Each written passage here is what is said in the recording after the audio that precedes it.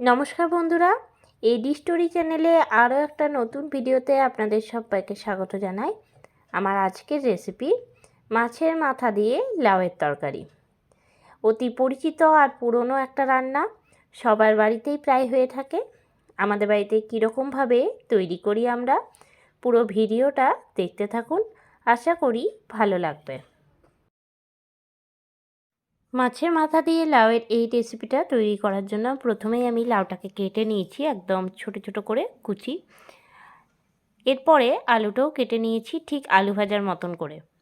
অন্যদিকে নিয়েছি মাছের মাথা। মাছের মাথার আমি এক সাইডটা নিয়েছি।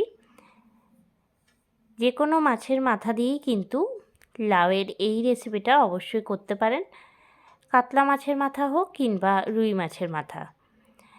ভালো করে ধুয়ে নিয়ে মাছের মাথাতে আমি নুন আর হলুদ মাখিয়ে নিলাম। কড়াইয়ে তেল গরম করে নিচ্ছি। তেলটা ভালো করে গরম করে নেব। তেল গরম হয়ে গেলে দিয়ে দেবো নুন হলুদ মাখিয়ে রাখা মাছের মাথাটা। গ্যাসের ফ্লেমটা হাই টু মিডিয়ামে রেখে মাছের মাথাটা লাল করে আমি ভেজে নিয়েছি। ভালো করে ভাজা হয়ে গেলে তুলে রাখছি অন্য একটা থালার মধ্যে। অন্যদিকে কড়াই তেলটা একটুখানি কমিয়ে নিয়ে দিয়ে দিচ্ছি ফোড়ন।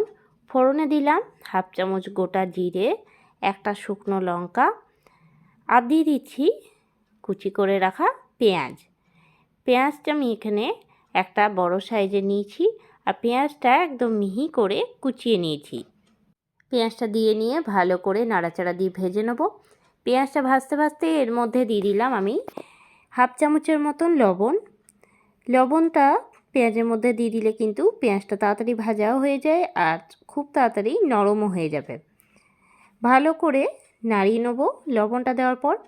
এরপর দিয়ে দিচ্ছি এর মধ্যে আমি আদা রসুন বাটা, 1.5 চামচ আদা রসুনের বাটা দিলাম।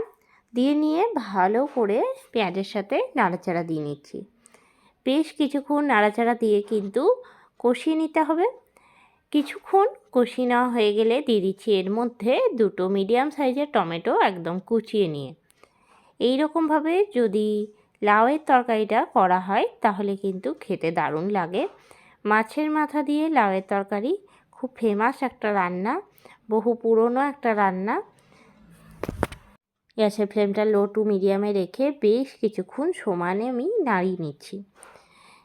নাড়াচাড়া দেওয়ার কিছুক্ষণ পরে যখন তেল উঠে আসবে তখন আমি এর মধ্যে দিয়ে দিচ্ছি আগের থেকে কেটে রাখা আলুটা।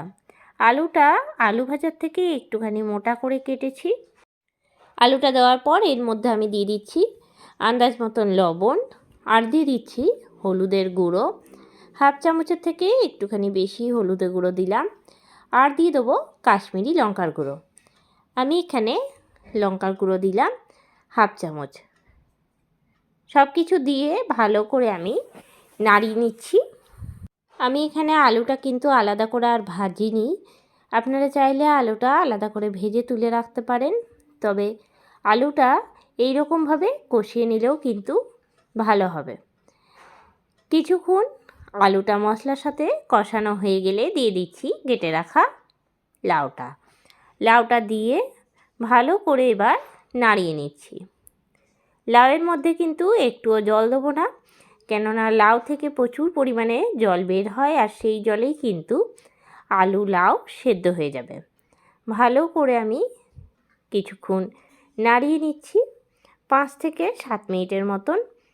মাছের মাথা দিয়ে কিন্তু লাউয়ের তরকারি খেতে দারুণ লাগে। ভালো করে কষানো হয়ে গেলে দিয়ে দিচ্ছি আমি চাপা ঢাকা 10 থেকে 15 মিনিটের জন্য। এই সময় অবশ্যই গ্যাসের ফ্লেমটা কিন্তু লোতে রাখতে হবে। বেশ কিছুক্ষণ পরে ফিরে চলে এলাম আর ঢাকনাটা খুলে ভালো করে লাউটা নাড়িয়ে নিচ্ছি। এখন কিন্তু লাউ আর আলু সম্পূর্ণভাবে সেদ্ধ হয়ে গেছে আর অনেকটা পরিমাণে কিন্তু জল বের হয়েছে। এরপর আমি এর মধ্যে দিয়ে দিচ্ছি মাছের মাথাটা দিয়ে নিয়ে আমি লাউয়ের তরকারিটা একটুখানি ওপর থেকে দিয়ে দিচ্ছি। মাছের মাথাটাকে একটুখানি নিচের দিকে রাখলাম, তারপরে ঢাকা দিয়ে দিলাম। আবারও 5 থেকে 7 মিনিট পরে ঢাকনা খুলে নাড়িয়ে নেব। এতে করে কিন্তু মাছের মাথাটা অনেকটা নরম হয়ে যাবে। নরম হয়ে গেলে পুরো তরকারির সাথে খুব ভালো করে মিশিয়ে নেওয়া যাবে। ভাঙতে আর একটুও অসুবিধা হবে না। পুরো তরকারির সাথে কিন্তু মাছের মাথাটা আমি নাড়াচাড়া দিয়ে মিশিয়ে নিলাম। গ্যাসের ফ্লেমটা হাই টু মিডিয়ামে রেখে সমানে নাড়াচাড়া দিচ্ছি। নামাবার আগে আমি দিয়ে দেবো চিনি। আমি এখানে 1 চামচ দিলাম চিনি, আর দিলাম হাফ চামচের থেকেও একটু কম পরিমাণে গরম মশলা গুঁড়ো। চারপাশে মিশিয়ে নিচ্ছি খুব ভালো করে। মাছের মাথা দিয়ে লাউয়ের এই তরকারিটা কিন্তু সম্পূর্ণভাবে তৈরি হয়ে গেছে। গরম ভাতের সঙ্গে পরিবেশন করুন, অসাধারণ খেতে লাগবে। পরিবেশনের জন্য প্লেটের মধ্যে তুলে রাখছি। কেমন লাগলো আজকের এই সহজ রেসিপিটা অবশ্যই আমাকে কমেন্ট করে জানাবেন। আজকের রেসিপিটা আপনাদের ভালো লেগে থাকলে লাইক করবেন, শেয়ার করবেন। এই চ্যানেলে নতুন বন্ধু হয়ে থাকলে চ্যানেলটা সাবস্ক্রাইব করা অনুরোধ রইল। আর যারা ফেসবুক পেজ থেকে দেখছেন অবশ্যই পেজটাকে ফলো করে দেবেন। আবারও নতুন কোনো রেসিপি নিয়ে হাজির হব। সঙ্গে থাকুন আর দেখতে থাকুন। সবাই ভালো থাকবেন, সুস্থ থাকবেন। ধন্যবাদ।